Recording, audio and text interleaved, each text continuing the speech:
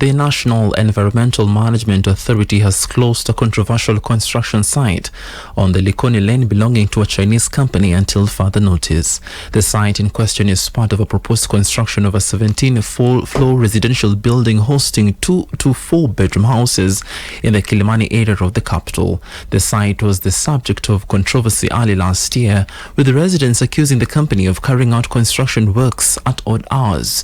Residents also alleged that the company was building the riparian land, a claim the company denied. In tweets and posts online, residents shared videos of walls collapsing due to the impact of the demolitions at the site. The Nairobi Professional and Residents Group organized protests against illegal building approvals and forceful evictions in May last year. Pearl Newsbeat. Wiper Party leader Kalonzo has called on President William Ruto to explain the source of the bonus funds given to sugarcane farmers in Mumias, insinuating that the money is coming from the exchequer and saying it must be accounted for. Kalonzo also raised concerns about alleged planned irregularities in the voter registration process for the 2027 election. Wait a minute, Mr. President. This 150 million, by the way, too little. Imagine 150 million shillings. Where are you getting this money from? It's not in our budget. It is not that Peter Salasya doesn't want his constituents to benefit. But first of all, he acknowledges it's like a handout, it's like a bribe, yeah? And if it is a bonus, it needs to come through the processes. These are the days of accountability. And we hope William Ruto's administration is not going to register aliens as voters. We suspect there could be plans underfoot to register aliens, non-Kenyans, as voters in Kenya. On Monday, President William Ruto launched the first ever sugarcane farmers bonus at the Mumias Sugar Company, saying the bonus demonstrates the successful implementation of reforms being made by his administration to revive the once thriving sugar sector. Ruto affirmed that the robust reforms being implemented in the once thriving sugar sector to benefit farmers are working and have begun to show results. Pearl Newsbeat. The Ethics and Anti-Corruption Commission has launched investigations into 3 judicial service stations following public complaints. AICC Chairperson Dr. David Oginde, speaking at the launch of the National Integrity Academy Strategic Plan, say the probe will eventually extend to the entire judiciary, with the findings submitted to the Judicial Service Commission and the Director of Public Prosecutions. In these 3 stations, but we are looking more broadly at the judiciary as a whole. So should we find anything, we'll take the necessary steps that need to be taken to bring these people to justice, so that we combat corruption within the judiciary, because the judiciary is really a key pillar of integrity, upholding justice within this country, and we cannot afford to have people within that whole system who are actually subverting that very important step in our judicial system. Pearl Newsbeat. And the Kenya Medical Practitioners, Pharmacist and Dentist Union KMPDU has issued a fresh 14-day strike notice at the Moi Teaching and Referral Hospital.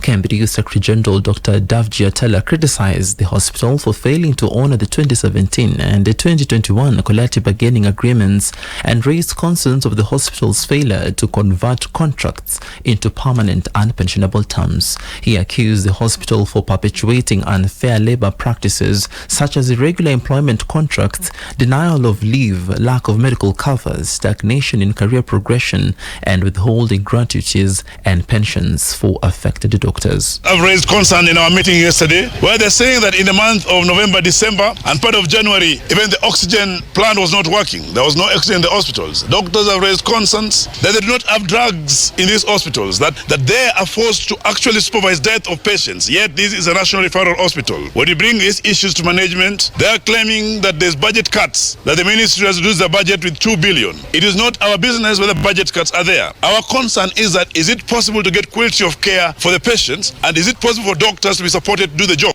Meanwhile, the Kenya Union of Clinical Officers suspended its strike for 21 days beginning Monday after progress in talks with the Council of Governors and the Ministry of Health.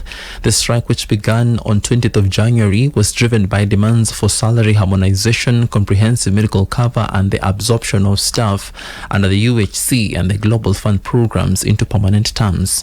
The Union's Secretary General George Gibore noted that the members in Kwale and Vihiga will continue striking due to unresolved county county-specific issues, while other counties including Kitui and Lamu face scrutiny over incomplete implementation of agreements. Hereby suspend our strike for the next 21 days, and I must clarify that 21 days begin Monday, because Monday will be the first day when the team will be meeting. When we had the ADC, we made very clear agreement, or rather decision, that we are excluding specific counties that have specific issues to which are county-based, and this county include Lamu, it include Kwale, Vihiga, and Uasin Gishu. So those counties are not subject to this suspension. Pearl Newsbeat. And the Tanzanian politician Tundu Lissu has been elected chairman of the main opposition party Chadema, ousting long-running leader Freeman Mbowe in an tense race. Lissu campaigned for changes in the party leadership while criticizing the way it was being run amid heated exchanges that were seen as exposing internal divisions. He accused Mbowe of having changed and being too reconciliatory towards the CCM party that has been in power since independence, which he said has made people lose trust in Chadema. Mbowe, the party's chairman for more than 20 years, campaigned on grounds that he still had more work to do to strengthen the party. He accused Lissu of making accusations against him without providing any evidence.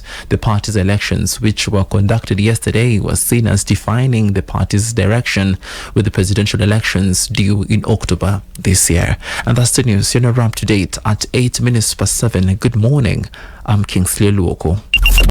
Pearl Radio, the home of fresh and classic hits.